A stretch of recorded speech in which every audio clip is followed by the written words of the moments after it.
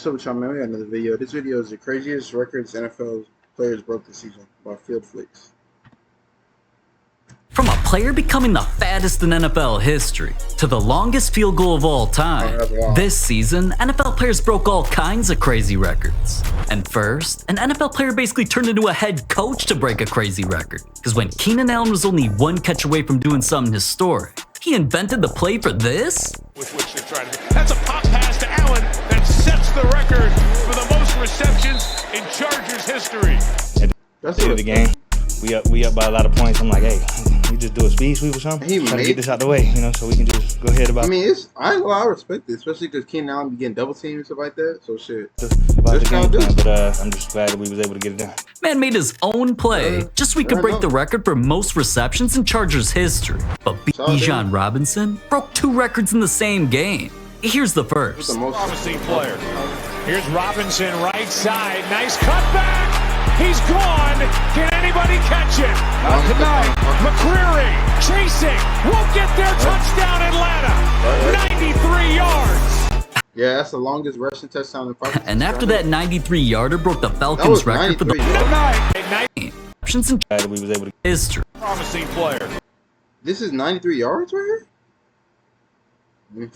Here's Robinson, right side. Nice cutback. He's gone. No, I think he just couldn't show the whole thing. Can anybody catch it? Not tonight. McCreary chasing. Won't get their touchdown, Atlanta. 93 yards. And after that 93-yarder broke the Falcons record for the longest rushing touchdown in his team's history, Bijan broke another record when he also juked everyone and dominated so much that game that he had 190 yards after contact, aka the record for 195 yards after contact is crazy. Running back Bijan Sito posts records and hit several milestones. And they won the game too? Most yards after contact by any player since the stat was even created. I didn't even know it was the created stat. As hyped as he was, 2,000 scrimmage yards. That record's nothing like one moment that ruined the craziest record of Travis Kelce's career. Because even though Kelce's made catches like this over the years, and it already gave him the record for most receptions and most yards in Chiefs history, he came into a game this season tied with a legend for the craziest Chiefs record of all time, the most touchdowns that any Chiefs player ever scored. So late in the game, Kelce finally got an opportunity to do something historic. There's the pass. Caught, breaking the tackles, Kelce and Travis. That was a weak tackle. Into the end zone. He sets the Chiefs' all-time touchdown record. And as exciting as his franchise-leading 84 touchdown should have been, later in the game, his squad ended up giving up a last-second field goal to lose the game, so Kelce admitted his record-breaking night was ruined. And it is an honor, man. Obviously, right now, it's sour because it's coming off of a loss. But, alright, as mad as Swifty was, another NFL player was happy. When he broke a record that was so crazy, it got his accessory put into a museum. That only happened this season because Cam Little did something nobody believed would ever be possible. Since 1932, when the NFL started recording stats, kickers have been kicking field goals from further and further away each year. And in 2021, when I watched Justin Tucker hit a 66-yard field goal, I never even thought that was possible, so no wonder that record held up for years. But Cam Little came into this year on a mission, and he didn't just make history once with a 67-yarder. Cam Little, 67 yards! That was the record for longest field goal ever, until not long after it got broke by himself. Yards away, it's up there, it's out there, it's good from 68! Yeah, and 68 yards wasn't just insane. Cam's jersey was instantly sent to the Hall of Fame's Interactive Museum because he wore it while kicking the longest field goal of all time. But, alright, when Myles Garrett broke an even crazier record, it actually got him trolled by an NFL legend all season long. It seemed like this man was on a mission to sack every quarterback he came up against. I mean, just look at this chart showing a breakdown of every one of them. Even go back. Quarterback he came up against. I mean, just look at this chart showing a breakdown. Shit, my team ain't on here. Every one of them. I mean, 5 sacks is insane, bro. 4 sacks. Like, this is literally the team that went to the Super Bowl right here. They averaged, or is this how many sacks he got that game?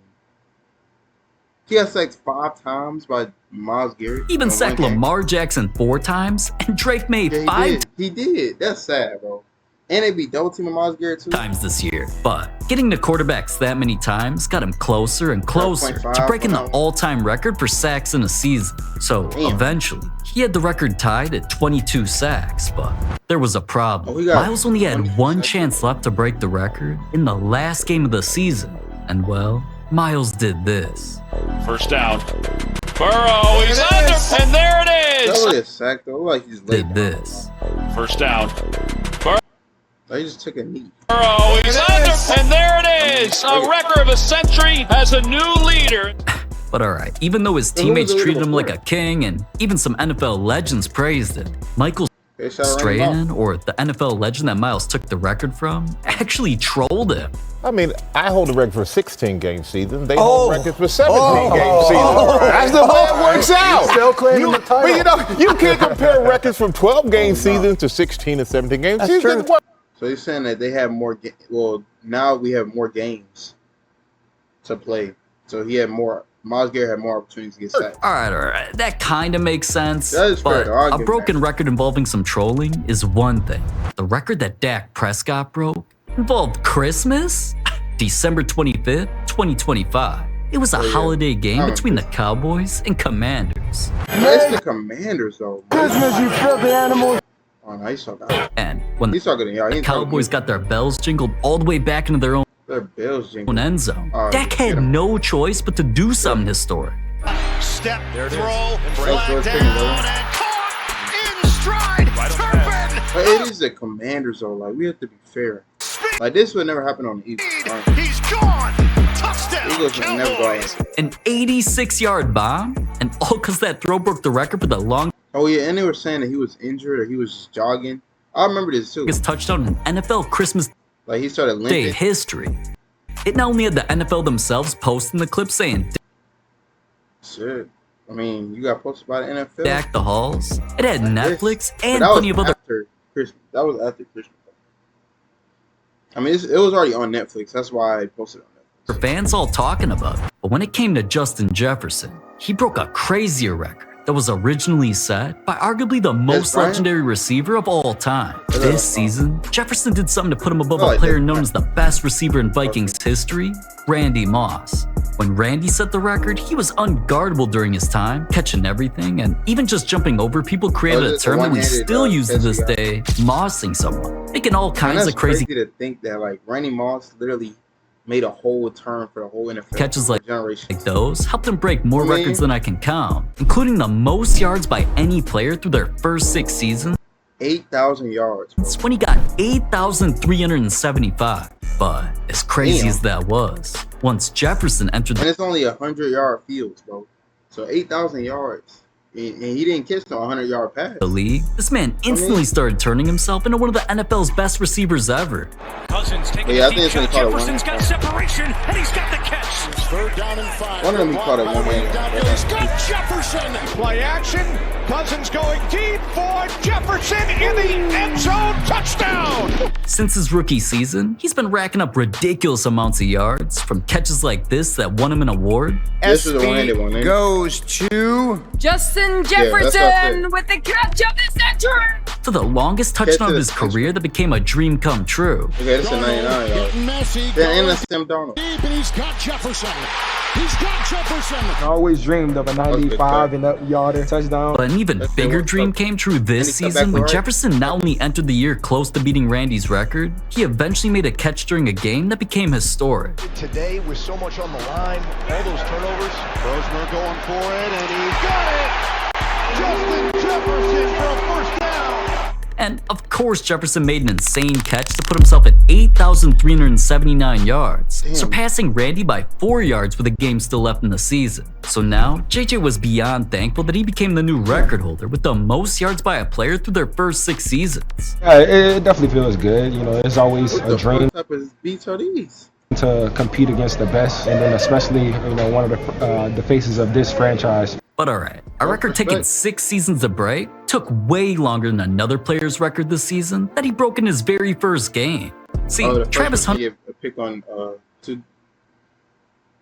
pick on defense and the touchdown offense. Came into this season as the 2nd overall pick, who had just become the highest drafted cornerback in NFL history for a reason. It's because he's known as a very rare dual threat player who can shut things down on defense and also dominate as a receiver. So during the first game of his career, Travis didn't just play 6 defensive snaps where he stopped receivers and even made tackles. He also lined up to help the offense, where he showed his shiftiness during all 1, 2, 3, 4, 5, 6 catches. Doing all of that was completely unheard of nowadays, because he became the first player in over 20 years to play at least 5 defensive snaps and get 5 catches in the same game.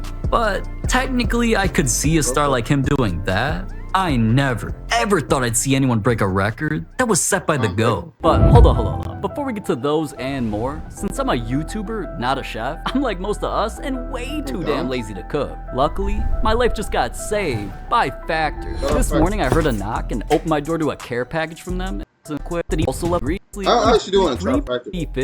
Anyways, back to the NFL. Like when a player this season broke a record set by the GOAT, you have to put some respect on Matt Stafford's name, knowing that he surpassed Tom Brady. Cause Tom Brady was literally God when he set a record at first in the 2011 season. At that time, he was on a different level when he went on a streak of throwing 27 straight touchdowns without an interception. And even though that record held up for over a decade and seemed unbreakable, this season, Stafford threw not 1, not 10, And it is a touchdown. not even 20, but 27 touchdowns in a row without an interception to tie Brady's record. So with him only needing 1 more to break it, Adams, touchdown. damn, I just don't know what's crazier. The fact that he broke that record with 28 straight, or that he immediately threw interceptions on back-to-back drives right after that. Damn. I mean, still broke the record. I mean, that's hard to do though. Like, we can't act like that's easy, bro. Like throwing 27 passing touchdowns with no turnovers. Insane. But all right. Let's get to another broken record that was so crazy, it got its own nickname. See, during a game between the Giants and Broncos, the Broncos started the game terribly, couldn't score a single point, and were losing 19-0 by the start of the 4th quarter. God damn. But that's when everything began to change with a crazy tip touchdown to score their first points. Dobbins of one to the end zone. Deflected, and did Franklin get it on the ricochet? Touchdown, Denver. Then, after getting the 2-point conversion, they scored another touchdown on a sneak and got the 2-point conversion again. At this point, they were cruising, but they were still down 10 points with less than 5 minutes left, and literally nobody thought the magic would continue. But that's when they got a crucial interception, then not long after, scored again. Next, chased by Thibodeau, backpedaling, touchdown, and the Broncos are back in business. Now, alright, if things couldn't get any crazier than what was happening, with only 2 minutes left, the Broncos did something legendary. Pulls with the block, Nick's going long, and caught by That's a good catch. The 7-man pressure, and ball's thrown. This is Ingram with the catch. Ingram stays in bounds, and he is free all the way inside the 20. A design quarterback run. Bo inside the 10. Bo inside the 5. Touchdown, Denver! Hold on. That was a good run. Kick on the way. Here we go. It's good! Oh my god, the team really went from down 19 to now only scoring 33 points in a single quarter to win. Since it also broke the record as the largest score in 1 quarter comeback in Broncos history, their opponents got clowned when the game was nicknamed the Mile High Meltdown.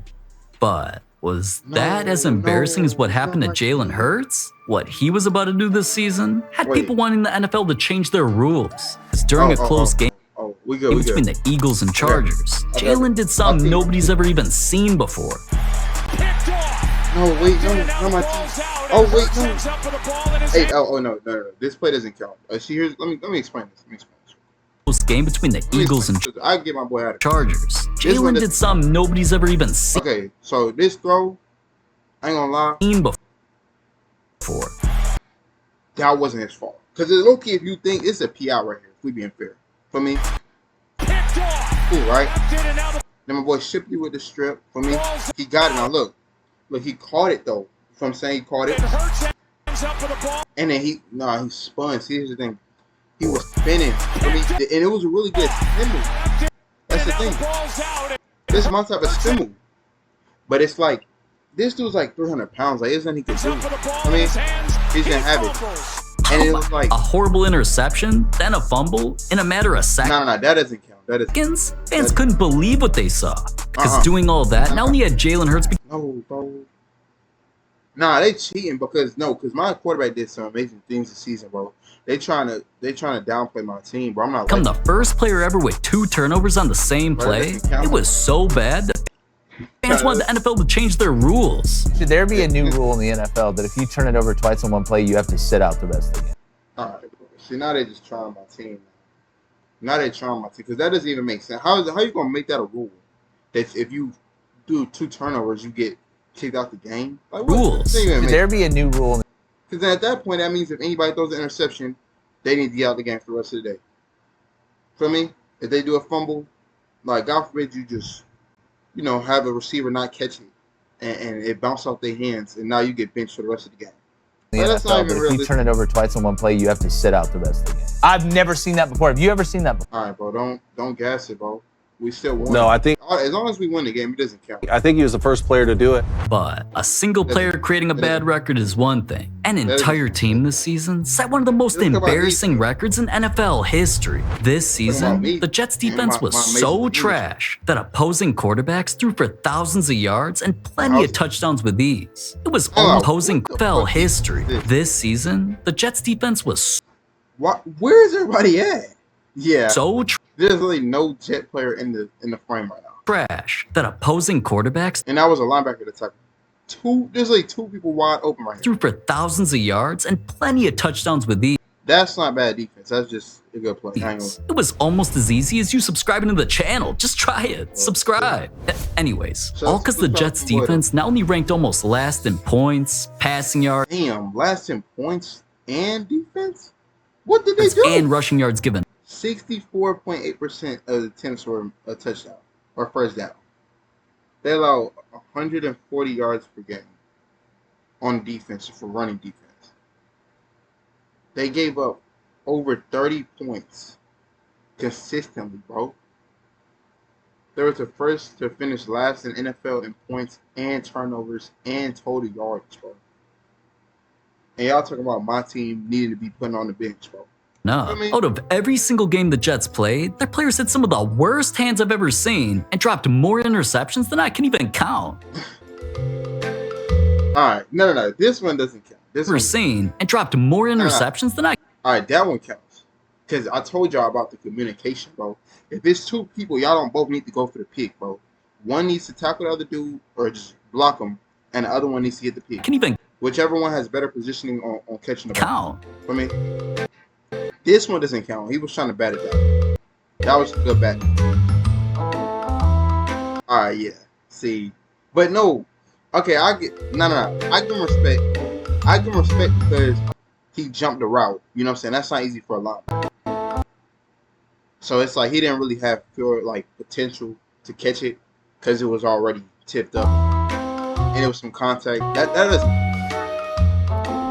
And even after not getting an interception in their final game against a terrible backup, the Jets did something that's never been done before. They became the first team since the NFL's. Yeah, I ain't. Bro. The Jets are just so soft. No interceptions at all, bro. And it's like y'all. It's not like y'all can say that the teams are doing perfect. That's really about 4 picks right here that y'all could have got. I can even count. You feel me? That one doesn't count. That was some contact. It looked like he was jogging, so he couldn't get to the ball fast. And even after not getting an like he caught the interception in their final game against a terrible back, the Jets did something that's never been done before. And don't they have Jamal Adams and they don't have Sauce Gardner? See, they should never get Sauce Gardner up, bro. They became the first team since the NFL started recording interception stats in 1933 to not get a single interception all season long. You tell me from 1933 to 2026, bro, or 2025, whichever one. Every team has gotten at least 1 pick, but the Jets. Not even one? I don't even know how that's possible, but that kinda reminds me of Josh Allen not even getting to one Super Bowl. My bad, there was no need for that. So I gotta praise Josh for a second because he did break one crazy record this season that he stole from his biggest rival. What Josh did this season was legendary. Because unless you live under a rock, I'm sure you understand that in the past, Patrick Mahomes always beat Josh in the playoffs and is essentially his daddy, alright? Not only that, he's also had to watch as Mahomes won multiple MVPs and Super Bowl trophies. But over those same years, as Josh threw touchdowns like these, they fake it to Diggs. Allen steps up. There's the shot. Looking deep for Davis. Touchdown! ran touchdowns in himself like this. Josh steps up and he's going to get the first down. There he goes. No one's going to get him. And even caught touchdowns. Behind Cooper, who brought it in, pitched it back to Allen. I gotta give him mad effort for this. Mad credit for that effort.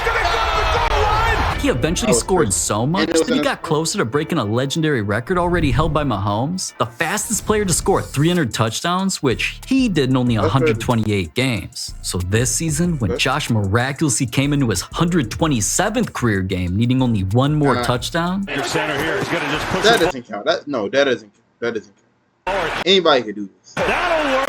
Allen is in. Touchdown, Buffalo. That didn't just make him the only player with 300 touchdowns before turning 30. Josh doing it one game faster than Mahomes had him steal one of the craziest records that Mahomes owned. But even those records didn't get either of them guys paid. Unlike when another NFL star breaking a record actually made a fan thousands of dollars. This season, Amon-Ra St. Brown came into a game with 505 career receptions, just a few short of breaking a crazy record. Not just 5,000 though, because people parlays and shit too. By former star Michael Thomas. And after St. Brown's first, second, third, fourth, and fifth catch of a game, he eventually did this. Play action. Fired over the middle. Big gain inside the 30-yard line. St. Brown. That catch wasn't just the 511th of his career, which made him break the record for most receptions by a player through their first 5 seasons. It also gave a fan something valuable. And you also broke the record for most receptions, through the first 5 career seasons. How's that feel? Feels good. It's different when you break a team record, I feel like, versus an NFL record. I feel like it just hits a little different. So definitely felt good. I was able to keep the ball. I gave my gloves away, which in the middle of doing it, I wasn't even thinking. And then right when I gave them to the fan, I was like, damn, I just gave my gloves away. But so whoever has my gloves from that game, I'll hold on to those. Or you give it back to me if you want. But you might as well just use it as a hold on to those, because I probably should have kept them, but it's all good. I really wanted them back because he knew the record-setting gloves would be worth thousands. But that honestly doesn't deserve as much praise as the record Caleb Williams broke, because it had fans calling him the best player in his team's history. But hold on. Before we get to that and more, the revenue all damn literally almost the same price as a Taco Bell taco and Fix Gang NFL content that I'll never drop. I'll even drop my heavily anticipated if you love my channel to make feel day. 1, they played for the Bears, and 2, they were all X. They all had 2 here today. But anyway, taking a quick look at this list of other quarterbacks. Yeah, I ain't gonna lie. Come on. Nick Foles is tough though. They all had 2 things in common. 1, they played for the Bears, and 2, they were all absolutely garbage. But what about Justin Fields? All of that's the exact opposite of Caleb Williams this season, who made crazy throw after crazy throw. One that him and DJ Moore got touchdown of the year too. Didn't just impress an NFL legend. An absolutely 10 out of 10 A+ throw. Caleb racked up so many yards this season that during the final game of the year, one play helped him make history. It's coming. It's blocked. Williams going end zone. It's caught. Touchdown Bears. In only his second year in the NFL, this man threw for 3,942 yards to give him the Bears' all-time single-season passing record. So fans couldn't help but talk about him. Hold on, what I said? To give him the Bears' all-time single-season passing record. So fans 3,942 passing yards, 31 total touchdowns, 7 interceptions, 6 4-quarter comebacks. Fans couldn't help but talk about greatest out of the yards to give him the Bears' all-time single-season passing record. So fans greatest season ever from a Bears quarterback in 2 years ago. Couldn't help but talk about him already being. Let's see the Bears quarterback. 4,100 total yards, 29 total touchdowns, just 6 interceptions, and still has 1 game. Being the best Bears quarterback ever, and former NFL players agreed. Caleb Williams is the best Bears quarterback ever. And I'm saying this in year 2. Hopefully Caleb stays healthy for a long time. Because what if I told you that devastating injuries caused another team to set a record this season that nobody wants? At first, things were the opposite. But the Colts didn't just start the season on fire by destroying pretty much every team they faced. Taylor, he'll get it. Geno Smith is up. I mean, it is the Bears. I mean, the Raiders. The run is set for the third time today. They were playing on such a different level that they even set records like the first team ever to score on their first 10 offensive possessions and the record for averaging the most points per minute with over 1. But as great as the season was going, Colts set a completely different record after everything came crashing down. First, their star kicker got injured and was sadly diagnosed with a torn ACL and MCL. Yeah, torn ACL as a kicker, bro. Then things got worse when the team completely melted down, where they went on a 7-game losing streak. Damn, 27-49. Losing even more players. Next was Sauce Gardner, the star they just traded for, who almost instantly injured his calf and was pretty much sidelined for the rest of the season. Then if it seemed like things couldn't get any worse, their quarterback Daniel Jones tried playing through a minor broken leg, and unfortunately, went down with one of the worst injuries in football, a season-ending Achilles tear. After that, the Colts kept losing to eventually finish the season 8-9 and set one of the worst records. Colts were 8-2, then they were 8-3, all the way to 8-9. In NFL history, they became the first team in 30 years to start 8-2 and still miss the playoffs. But as bad as that was, another NFL record set this season was even worse. Cause a NFL player set a record so ridiculous, it got him kicked off his team. This is Desmond Watson, a massive player that the Buccaneers they already knew his size before they drafted him. Only signed this season. They saw his weight was already not okay and told him he needed to lose weight in order to play. Because even though there's been absolutely humongous players in the NFL in the past,